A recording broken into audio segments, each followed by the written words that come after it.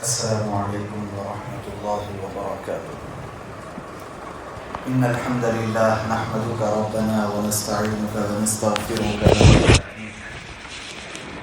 ونؤمن بك ونتوكل عليك ونثني عليك الخير كله ونكثرك تكثيرا. أما بعد فأعوذ بالله من الشيطان الرجيم. بسم الله الرحمن الرحيم. قل أمر ربي بالقسط وأقيموا وجوهكم عند كل مسجد وادعوه مخلصين له الدين. صدق الله العلي العظيم. قابل احترام بزرگوں، دوستوں اور عزیز ساتھیوں، یہ اللہ تبارک و تعالیٰ کا غیر معمولی فضل و کرم ہے کہ اس نے ہم سب کو مسلمان بنایا، ایمان کی دولت اس نے عطا کی ہے، اور اس ایمان کی وجہ سے دنیا تمام کے انسانوں پر اس نے مجھے اور آپ کو فضیلت دی۔ ان دنوں ہم بہت زیادہ فکر مند ہیں کہ دنیا کے حالات کس طرف جا رہے ہیں، تو ان حالات کے اندر ہم کیا کریں؟ کمزور ایمان رکھنے والے ہمارے بہت سارے بھائی اور بہنیں بہت بے چین و بے قرار ہے کہ آخر جب مسلمانوں کے ساتھ ایسے حالات اور ایسا یک طرفہ رویہ ہے تو ہم کیسے جئیں اور کیسے رہیں اس ملک کے اندر۔ دراصل اس موقع پر ہمیں بعض چیزوں کو بہت اہمیت کے ساتھ سمجھنا ضروری ہے۔ سب سے پہلی بات تو یہ ہے کہ جو حالات اس وقت ہمارے اوپر ہے، ایسا نہیں ہے کہ سب سے برا زمانہ ہم فیس کر رہے ہیں، ایسا بالکل بھی نہیں۔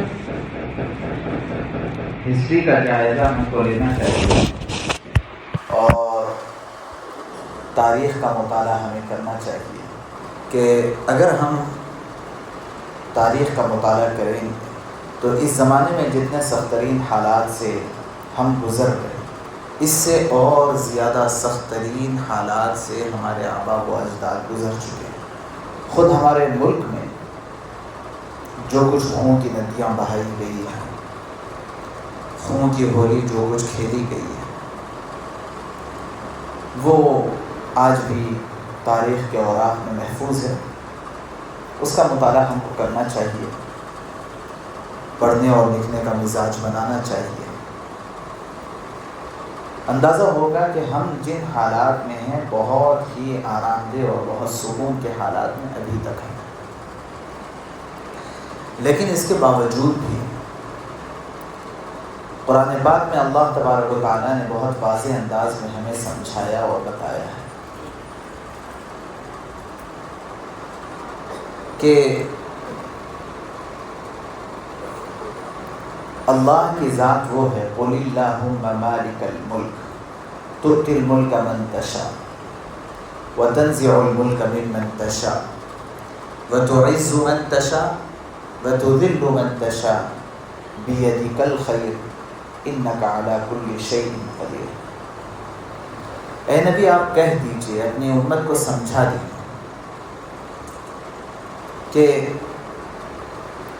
اللہ تبارک و تعالیٰ کی ذات وہ ذات ہے جو بادشاہوں کا بادشاہ اور حاکموں کا حاکم، مالک الملک، اور اس کے بعد جو اختیارات ہیں ان اختیارات میں سے ایک بہت اہم ترین اختیار، بہت ہی بڑی اتھارٹی اس کو یہ ہے کہ جس کو چاہے وہ بادشاہ بنا دیتا ہے اور جس کو چاہے بادشاہت کی کرسی سے اتار دیتا ہے، جسے چاہے عزت دے دیتا ہے اور جس سے چاہے عزت کو چھین لیتا ہے۔ اس لیے آج کسی کو بادشاہت کی کرسی مل گئی تو یہ سمجھنا نہیں چاہیے کہ اسے سب کچھ مل گیا ہے۔ کتنے لوگ ایسے ہیں جو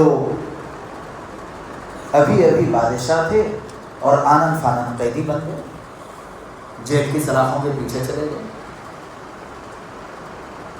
مالک الملک تؤتی الملک من تشاء وتنزع الملک ممن تشاء. جسے چاہے بادشاہت اور جسے چاہے بادشاہت کی کرسی سے اتار دینا اس کے ہاتھ میں.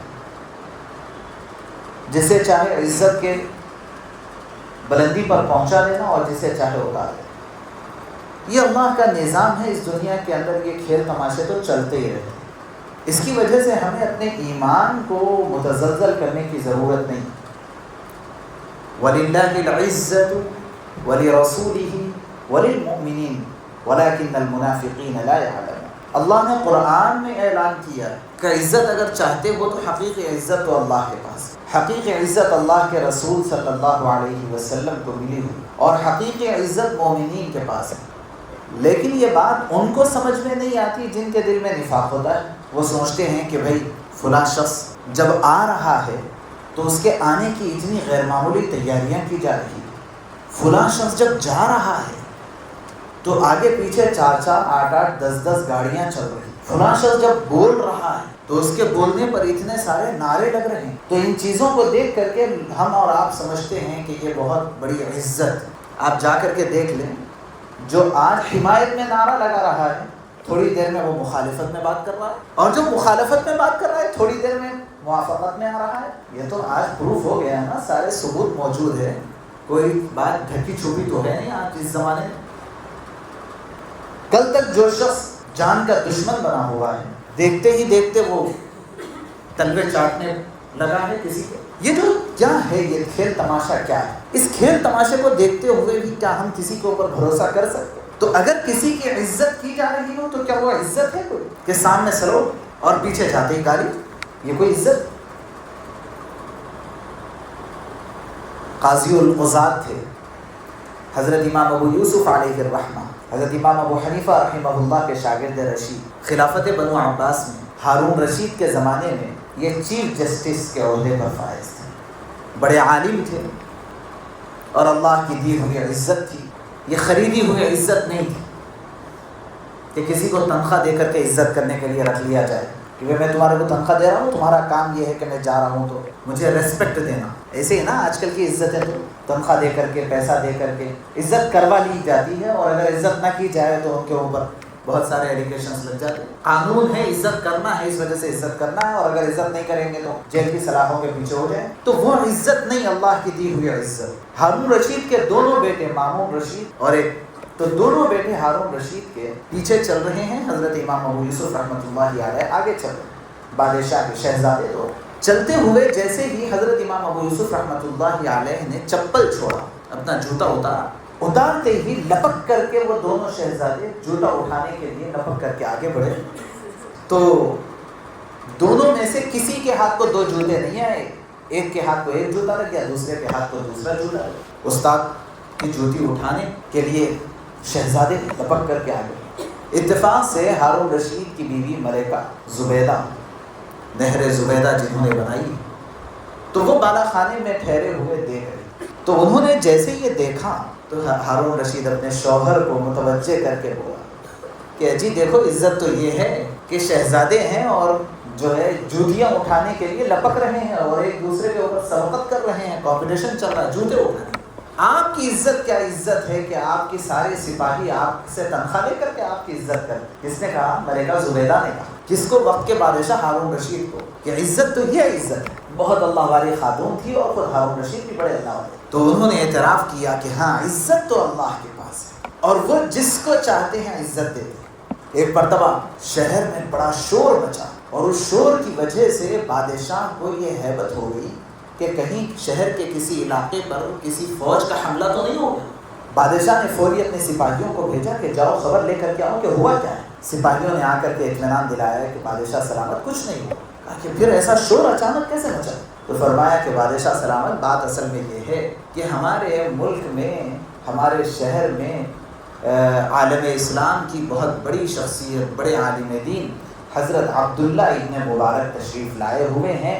تو ان کی تشریف آوری اور ان کے استقبال میں پورا شہر جو ہے ان کے استقبال کے لیے پہنچا ہوا ہے, اور ان کا بیان سننے کے لیے اور ان کی بات سننے کے لیے لوگ جمع ہیں. تو ہوا یہ کہ جیسے ہی انہیں چھینک آئی اور انہوں نے الحمدللہ کہا تو اس کے جواب میں جتنا مجمع تھا سب نے یک آواز یرحمک اللہ کہا، تو مجمع اتنا زیادہ تھا کہ سب کی آواز مل کر کے اتنا شور ہو گیا کہ لوگوں کو جو ہے اندیشہ ہو گیا کہ کہیں حملہ ہو گیا۔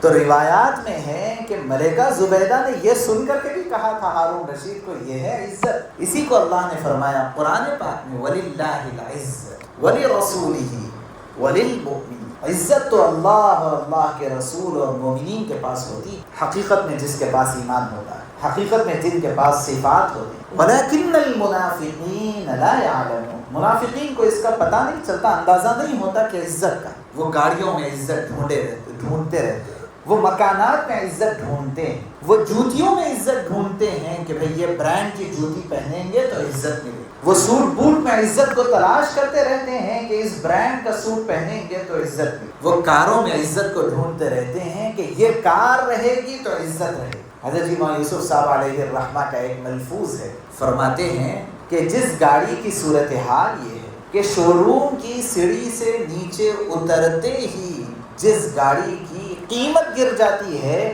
اس گاڑی میں بیٹھ کر کے تم اپنی قیمت بڑھانا کیا چاہتے ہو؟ تم بیٹھ گئے، گاڑی کی قیمت گر گئی، اور اسی گاڑی میں بیٹھ کر کے اپنی قیمت بڑھانا چاہتے ہیں، اپنی عزت بڑھانا چاہتے ہیں۔ اسی کو کہا ہے ساری کی دنیا اور دنیاوی جتنی چیزیں وہ دھوکہ ہے آنکھ کا۔ اللہ نے قرآن پاک میں فرمایا ذَلِكَ مَتَاعُ الْحَيَاةِ الدُّنْيَا، یہ ساری کی ساری چیزیں دنیا کی متاع ہے، اور متاع کہتے ہیں کچن میں پوچھنے کا جو کپڑا رکھا رہتا ہے اس کو متاع کہتے ہیں۔ ضرورت ہے اس کپڑے کی بھی ضرورت ہوتی ہے، وہ کپڑے کی ضرورت نہیں ہے تو جو وہ کپڑے کی حیثیت ہے اس کی ضرورت ہے تو اس کو بھی ہم حفاظت سے رکھتے ہیں، اس لیے دنیا کی جتنی چیزیں اس کی حفاظت کریں گے، مگر اس کا مطلب یہ نہیں ہے کہ اس کپڑے کو آپ کرچیف بنا کر کے اپنے پاس رکھ لیں، اس کا مطلب یہ نہیں ہے کہ اس کپڑے کو آپ ٹوپی اس کی سلا کر کے سر پہ پہن لیں، اس کا مطلب یہ نہیں ہے کہ اس کپڑے کو اہمیت دے کر کے اس کے ٹکڑے کاٹ کر کے آپ اپنے سر کے تاج میں لگا لیں۔ جس کا جو مقام مرتبہ ہے وہاں رکھیں گے، اس کپڑے کی ضرورت ہے، اس کپڑے کی اہمیت ہے، کتنی اتنی ہی اہمیت جتنا ہم اس کو دیے ہوئے ہیں۔ ایسے دنیا کی جتنی چیزیں ہیں وہ میرے اور آپ کی ضرورت کی چیزیں ہیں، خواہ وہ فارچونر ہو، خواہ وہ آئی فون، خواہ وہ رائڈو گھڑی ہو، یہ ضرورت کی چیز ہو سکتی ہے، لیکن اس کا مطلب یہ نہیں ہے کہ اس کو وہ مقام و مرتبہ دے دیا جائے جس کی وجہ سے اس کو حاصل کرنے کے لیے اپنی پوری زندگی لگا رہے، اپنی پوری کمائی بکھیر رہے ہیں۔ اس کو حاصل کرنے کے لیے حلال و حرام کی تمیز کیے بغیر ہم جو ہے سارے باؤنڈریز کو کراس کر کے ہم آگے بڑھتے چلے جا رہے ہیں۔ ایسا کرنے والے کی مثال تو یہی ہے کہ جس نے کچن میں صاف کیے جانے پلیٹ فارم صاف کرنے کا جو کپڑا ہوتا ہے اسی کو متاع کہتے ہیں عربی زبان، اس نے اپنی ٹوپی بنا دی، کتنا دیوانہ لگے گا وہ، کتنا پاگل لگے گا۔ تو لیکن یہاں سمجھنے اور غور کرنے کی بات یہ ہے کہ جس کا جو مقام ہے اس کو اپنے مقام پر رکھنا، اس کو انصاف کہتے ہیں، عدل کہتے ہیں، جسٹس کہتے ہیں جی، اور جس کا جو مقام نہیں ہے اس کو اپنے مقام سے چڑھا دینا یا اتار دینا، اس کو ظلم کہتے ہیں۔ ظلم کی تعریف فقہا نے لکھی ہے، وضع الشیء فی غیر محلہ، اس کو ظلم کہتے ہیں۔ جس کا جو مقام ہے اس کے مقام کے علاوہ اس کو مقام دے دینا۔ اس لیے یہاں ہم سب کو سمجھنا چاہیے کہ اللہ تبارک و تعالیٰ نے جو مقام و مرتبہ مجھے اور آپ کو مسلمان اور ایمان والا ہونے کی حیثیت سے دیا ہے وہ سب سے اونچے مقام و مرتبے کی چیز ہے۔ کہیں ایسا نہیں ہونا چاہیے کہ ہم کسی دوسرے کے سامنے لٹ جائیں، بک جائیں، ایسا نہیں، سب اپنی اپنی جگہ مسلمان ہوتے ہوئے، ایمان والا ہوتے ہوئے ہم صرف دو کوڑی کی عزت اور مصنوعی اور آرٹیفیشل عزت کے نام پر کسی کے سامنے بک جاتے ہیں، یہ ایمان والے کی شان نہیں ہوتی۔ لیکن میرے بھائیوں، یہ جو کچھ دنیا کا منظرنامہ اس وقت بنا ہوا ہے، یہ اسکرین پر جو کچھ چل رہا ہے، حکومتوں کے جو کچھ کھیل تماشے ہم آئے دن دیکھ رہے ہیں، ہمارا اسٹیٹ ہو کہ کوئی اور اسٹیٹ ہو کہ کوئی اور ملک ہو، جو کچھ اس وقت کی دجالی صورتحال ہمارے سامنے، یاد رکھیے کہ اس دجالی صورتحال سے اتنا متاثر ہونے کی ضرورت نہیں ہے کہ ہمارے ایمان کے لالے پڑ جائیں اور اپنے آپ کو آپ اتنا ویسٹ سمجھنے لگے کہ بھئی کیا ہے، پھر کیسا ہوگا، ہماری نسلوں کا کیا بنے گا، ہم کیسا یہاں پر ایگزسٹ کریں گے اور کیسے اپنا فیوچر بنائیں گے اور کیا ہوگا کیا، یہ سب ہم کو پریشان ہونے کی ضرورت نہیں۔ ہاں اتنا ضرور ہے کہ حالات کو سمجھتے ہوئے دیکھتے ہوئے اپنی فیوچر پلاننگ ضرور کرنا ہے، اس سے پیچھے نہیں۔ عقل مند آدمی تدبیر سے کبھی پیچھے نہیں ہٹتا، تدبیر ضرور۔ تدبیر میں جو سب سے پہلی چیز ہے اس کو سمجھنا چاہیے۔ ترمذی شریف کی سب سے آخری روایت ہے کہ وہ روایت میں اس تناظر میں آپ کو سنانا چاہتا ہوں کہ بھئی جو دشمنان اسلام ہیں، اسلام کو مٹانا چاہتے ہیں، ان کے پاس وسائل کی کمی نہیں، ان کے پاس حکومت بھی ہے، ان کے پاس اسلحہ بھی ہے، ان کے پاس ہتھیار بھی ہے، ان کے پاس قانون بھی ہے، اور ان کے پاس جتنی ضرورت کی چیزیں ہیں اسلام اور مسلمانوں کو مٹانے کے لیے ممکن ہے، سب ان کے پاس۔ ان تمام چیزوں کے رہنے کے باوجود اسلام کی حفاظت کی ذمہ داری اللہ نے لے رکھی ہے، اس لیے اسلام کو نہیں مٹایا جا سکتا ہے۔ لیکن جو شخص اسلامی شان کے مطابق اپنی زندگی نہیں گزار رہا ہے اس کی بھی کوئی گارنٹی نہیں۔ ایمانی شان اور اسلامی شان کے مطابق جو زندگی گزار رہا ہے اس کی تو گارنٹی ہے، لیکن جو شخص اسلامی احکام کے ساتھ کمپرومائزنگ والے نیچر کے ساتھ چلتا ہے اس کی کوئی گارنٹی نہیں۔ اسلام نہیں مٹے گا، اسلام بڑھتا چلا جائے گا۔ اسلام کی فطرت میں قدرت نے لچک دی ہے، جتنا کہ دباؤ گے اتنا ہی یہ ابھرے گا، اور ابھر رہا ہے الحمدللہ ثم الحمدللہ۔ جو یہاں پر ہمارے CID کے اہلکار بیٹھے ہوئے ہیں وہ بھی سنیں اور رہتے ہیں، ہم کو پتا ہے، بعض مرتبہ کہیں گے یہاں کے ہم لوگوں سے مل بھی لیتے ہیں، وہ بھی سنیں کہ ان تمام دبائے جانے والے حالات کے باوجود بھی الحمدللہ کتنے لوگ اسلام میں داخل ہو رہے ہیں، وہ شاید آپ کے ریکارڈ میں نہ ہو، آپ کے ریکارڈ میں نہ ہو، لیکن ہمیں بھی پتا ہے، اللہ کو بھی پتا ہے، اسلام قبول کرنے کے لیے دل کا ارادہ اور نیت کافی ہوتی ہے، جہاں تک تمہاری کوئی رسائی نہیں ہے۔ اس لیے میرے بھائیوں، موجودہ حالات کے تناظر میں یہ حدیث کو سمجھنا چاہیے کہ حضرت نبی اکرم صلی اللہ علیہ وسلم نے فرمایا کہ ایک حدیث قدسی ہے کہ اللہ تبارک و تعالیٰ نے جب پہاڑوں کو پیدا فرمایا ہے تو اس کی سختی اور طاقت اور قوت اور مضبوطی کو دیکھ کر کے فرشتوں نے اللہ سے پوچھا کہ یا اللہ، اس سے زیادہ طاقتور مخلوق آپ کی مخلوقات میں کوئی اور ہے پہاڑوں سے؟ اللہ نے فرمایا کیوں نہیں؟ اچھا کیا ہے؟ فرمایا لوہا ہے جو پتھر کو بھی کاٹ دیتا ہے۔ تو فرشتوں کو اور تعجب ہوا، پوچھا اس سے زیادہ طاقتور مخلوق؟ تو کہا ہے، کیوں نہیں؟ فرمایا کیا ہے؟ آگ ہے جو لوہے کو بھی پگھلا دیتی ہے۔ اچھا، فرشتوں نے پھر پوچھا کہ آگ سے زیادہ طاقتور مخلوق آپ کی مخلوقات؟ فرمایا کیوں نہیں؟ وہ کیا ہے؟ تو پانی ہے جو آگ کو بجھا دیتا ہے، آگ پر غالب ہو جاتا ہے۔ فرشتوں نے پوچھا کہ اچھا اس سے زیادہ؟ فرمایا کیوں نہیں؟ ہوا ہے جو سمندروں میں طوفان برپا کر دیتی، جس کے سامنے کسی کا کوئی بس نہیں چل سکتا، کسی کی کوئی طاقت کام نہیں آ سکتی۔ فرشتوں نے پوچھا کہ اچھا کہ پتھر اور لوہا اور آگ اور ہوا اور پانی، ان تمام سے زیادہ طاقتور مخلوق آپ کے مخلوقات میں کوئی اور ہے؟ فرمایا ہے کیوں نہیں؟ فرمایا وہ کیا ہے؟ فرمایا بندے مومن کا وہ صدقہ کہ دائیں ہاتھ سے صدقہ کرے تو بائیں ہاتھ کو بھی پتہ نہ چلے کہ وہ کیا صدقہ کر رہا ہے۔ مطلب یہ ہے کہ ایک صدقے اور ایک عمل جو اخلاص کے ساتھ کیا جائے، اس عمل کی طاقت وہ ہوتی ہے کہ جس طاقت کا مقابلہ یہ بڑی بڑی حکومتوں کی کرسیاں تک نہیں کر سکتی۔ اس اخلاص والے عمل کے اندر وہ طاقت ہوتی ہے کہ جس طاقت کا مقابلہ یہ بڑے بڑے جو ہے سازشیں اور بڑے بڑے ہتھیار نہیں کر سکتے۔ اس لیے ہمیں ضرورت ہے اس بات کی کہ اسباب کے درجے میں تعلیم کے معاملے میں کمپرومائز نہ کریں، بہتر سے بہتر، اچھی سے اچھی تعلیم خود حاصل کریں۔ اسباب کے درجے میں پیسہ کمانے کے معاملے میں حلال کمائی کے حوالے سے پیچھے نہ ہٹیں، سستی کو چھوڑیں اور جتنا ہو سکے حلال راستے سے پیسہ کمائیں اور جمائیں اور اس کا حق ادا کریں، اس کی زکوٰۃ ادا کریں۔ پیسہ کمانا کوئی بری بات نہیں، سیو کریں، ایزی منی کے چکر میں ادھر ادھر انویسٹ نہ کریں۔ اسباب کے دائرے میں جو کچھ ہو سکتا ہے ہم وہ سب کرنے کے ساتھ ساتھ اپنے عمل کے معاملے میں اخلاص سے پیچھے نہ ہٹیں اور مخلصانہ عمل کے ایسے ایسے اعمال کہ جس میں آپ کے اور اللہ کے علاوہ کسی کو پتہ نہ ہو کہ آپ نے کیا کام کر گزرا، پتہ نہ ہو۔ ایک بچہ جو اپنا ذہنی طور پہ تھوڑا سا معذور تھا، اس کا ایکسیڈنٹ ہوا، اس کا علاج ہوا، ڈاکٹر نے کہا اس کے اٹینڈنٹ سے کہ مجھے ایک صاحب کا مستقل فون آ رہا ہے اور وہ نام بتانے کے لیے تیار نہیں ہے، آپ کو نام بتانا نہیں چاہتے، وہ ان کا بل پے کریں گے، آپ بل مت دیجیے۔ پورا علاج ہو گیا، سب ہو گیا، اس کی سرجری ہوئی، سب ہو۔ پتہ ہی نہیں ہے کہ کس نے بل پے کیا، نہ ٹینڈر کو پتہ ہے نہ کسی کو پتہ ہے۔ اخلاص میرے بھائیوں، طاقت اخلاص کے اندر ہے۔ اپنے اپنے اعمال کے اندر اخلاص پیدا کریں۔ اخلاص کے نتیجے میں اللہ تبارک و تعالیٰ وہ غیر معمولی بند راستے کھولتے ہیں کہ جس کا ہم تصور نہیں کر سکتے۔ اللہ سے دعا ہے اللہ تبارک و تعالیٰ ہم سب کو کہنے سننے سے زیادہ عمل کی توفیق نصیب فرمائے۔